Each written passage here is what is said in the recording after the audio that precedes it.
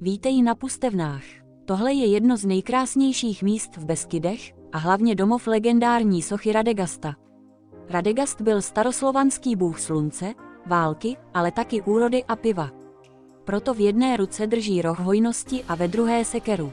Prostě frajer. Socha byla postavená v roce 1931, ale původní z žuly musela být nahrazena kopií, počasí ji skoro zničilo. Dneska tu stojí replika ze speciální směsi betonu a umělé pryskyřice. Nejlepší zážitek. Projdi si hřebenovou trasu z Pustývn na Radhošť, je to asi 4 kilometry. Nádherné výhledy, dřevěné stavby a legendární atmosféra. A bacha, podle pověsti, kdo se Radegastovi podívá do očí, bude mít štěstí nebo válku. Záleží, jak se ten den vyspal. Tohle není sci-fi, tohle je Ještěd, hora vysoká přes 1000 metrů a na jejím vrcholu stavba, co vypadá jako mimozemská loď. Hotel s vysílačem, postavený v 70. letech, je tak ikonický, že získal mezinárodní cenu za architekturu. A pozor, tvar kužele nebyl jen pro efekt, má odolávat extrémnímu větru. Můžeš si tu dát kafe s výhledem na půlku Čech, vidíš až do Polska i Německa. A když se zadaří, tak i do budoucnosti. K Ještědu se dá dojet lanovkou z Liberce, která je mimochodem jednou z nejstarších v Česku. A nebo pěšky, když máš rád výzvy. A víš, co je největší pecka? Tenhle hotel má i vlastní sci-fi pověsti, prý se tu občas ruší signál, mizí čas a někteří hosté se ráno probudí o 20 let starší. Tohle místo je důkaz, že i staré továrny můžou být naprosto boží. Vítej v Dolních Vítkovicích, bývalém průmyslovém areálu, kde se dřív vyrábělo železo, dneska se tu vaří kultura. Obří vysoké pece, ocelové věže a potrubí jak z videoher nebo z sci-fi filmu. A nejlepší, můžeš si na jednu z pecí vyjet výtahem a mrknout na celou Ostravu z výšky. V areálu je dnes koncertní hala Gong, muzeum techniky, vědecké centrum Svět techniky, kavárny, festivaly, workshopy a dokonce i svatby mezi trubkami. Každý rok se tu koná festival Colors of Ostrava, kam přijíždí desítky tisíc lidí z celého světa, koncerty probíhají mezi pecemi a starými halami, fakt jedinečná atmosféra. Dolní Vítkovice nejsou jen o průmyslu, je to místo, kde minulost potkává budoucnost. A navíc, udělat si tu fotku. Totální Instagram win. Vítej v Českém Krumlově, městě, kde se zastavil čas. Uličky jak z pohádky, řeka Vltava vinoucí se kolem starobylého jádra a jeden z nejkrásnějších zámků ve střední Evropě. Celé historické centrum je pod ochranou UNESCO a není divu. Když se tu procházíš, připadáš si jak ve středověku, jen s mobilním signálem. Zámek má přes 300 místností, zámecké zahrady, věž s výhledem a unikát, barokní divadlo, jedno z mála dochovaných na světě, s funkční otočnou točnou z 18. století. A to nejlepší, v létě tu můžeš sjet řeku na raftu nebo kánoji přímo skrz město. A večer si dát pivo na zahrádce s výhledem na nasvícený zámek.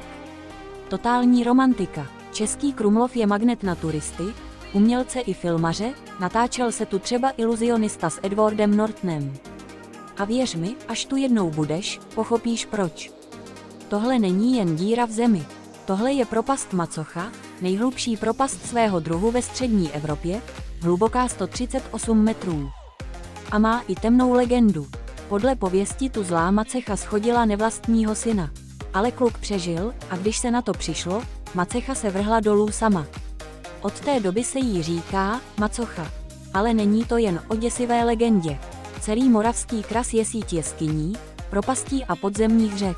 Nejznámější je Punkevní jeskyně, kam se dostaneš lanovkou a pak tě čeká plavba po podzemní řece Punkvě. Jo, fakt pluješ lodí mezi krápníky a skalami.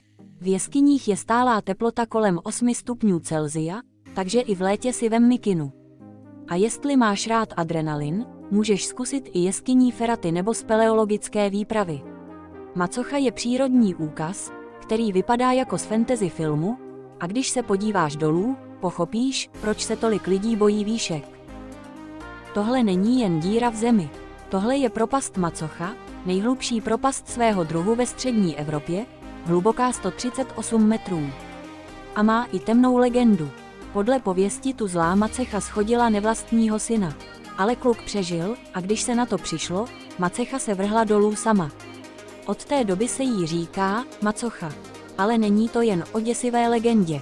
Celý moravský kras je síť jeskyní, propastí a podzemních řek. Nejznámější je Punkevní jeskyně, kam se dostaneš lanovkou a pak tě čeká plavba po podzemní řece Punkvě. Jo, fakt pluješ lodí mezi krápníky a skalami. V jeskyních je stálá teplota kolem 8 stupňů Celsia, takže i v létě si vem mikinu. A jestli máš rád adrenalin, můžeš zkusit i jeskyní Feraty nebo speleologické výpravy. Macocha je přírodní úkaz, který vypadá jako z fantasy filmu, a když se podíváš dolů, pochopíš, proč se tolik lidí bojí výšek. Vítej v největší krajině šlechtické romantiky ve střední Evropě, tohle je lednicko-valtický areál. A věř mi, nic krásnějšího tady nenajdeš. 2 pohádkové perly, zámek Lednice a zámek Valtice, propojené obrovským parkem, rybníky, vinicemi a naprosto magickou atmosférou. V parku Lednice najdeš minaret vysoký 60 metrů, jo, fakt orientální minaret v srdci Moravy. A pokud ti to nestačí, je tu Apollónův chrám, Janův hrad nebo Maurská vodárna, všechno jako vystřižené z fantasy filmu. Můžeš tu jet na loďce po kanále, kočárem jako šlechtic, nebo si dát degustaci vína přímo ve sklepení. A pokud máš rád focení, připrav si paměťovku. Tohle místo je neuvěřitelně fotogenické. Celý areál je zapsán v UNESCO a zabírá přes 200 km², takže to není jen zámek, je to celý romantický svět, kam chceš aspoň jednou za život. Vítej v Kutné Hoře, kdysi druhém nejbohatším městě Českého království. Ale dnes tě sem netáhne stříbro, táhne tě sem smrt. A umění, spojené v jednom neuvěřitelném místě. Kostnice v Sedlci je malý kapucínský kostel, ale jeho výzdoba, vyrobená z lidských kostí, jo, asi 40 000 kostí. Lebky, pažní kosti, žebra a uprostřed místnosti visí lustr z lidských ostatků. Hrůzostrašné, možná, fascinující, rozhodně. Legenda říká, že půdu tady posvětil opat, který přinesl hlínu z Golgoty, místa, kde byl ukřižován Ježíš. Lidé chtěli být pohřbeni právě tady. A když hřbitov přestal stačit, přišla kostnice. Ale Kutná Hora není jen o kostech, je to i chrám své Barbory, kamenná kašna, mincovna Vlašský dvůr a středověké podzemí. Historie na každém kroku. Jestli hledáš místo, kde se krása snoubí s temnotou, Kutná Hora a její kostnice ti nedají spát. A právě proto patří do našeho žebříčku. Vítej ve skalním městě, které vypadá jako kulisa z fantasy filmu. Tohle jsou Adršpašsko-Teplické skály, jeden z nejkrásnějších přírodních úkazů v Česku. Obrovské pískovcové věže, úzké průchody, temné soutěsky a jezírko s průzračnou vodou. A co víc, některé skály mají jména jako Milenci, Starosta, nebo třeba Sloní náměstí, protože vážně vypadají jako sloni. Když se vydáš na procházku, čeká tě okružní trasa, která tě povede přes gotickou bránu, okolo velkého vodopádu a třeba i skalního jezera, kde tě vezmou na pramici a průvodce tě u toho zabaví tak, že se budeš smát celou cestu. A pokud máš rád výzvy, v teplických skalách jsou méně známé a divočejší trasy, kde skoro nikoho nepotkáš, jen ty, skály a ticho. Adršpach je místo, kde si uvědomíš, jak je příroda mocná. A taky si řekneš, vov. A tohle fakt máme v Česku. A na prvním místě, Pravčická brána, největší přírodní pískovcový oblouk v Evropě a symbol českého Švýcarska. Tahle přírodní královna má rozpětí 26 metrů a výšku 16 metrů.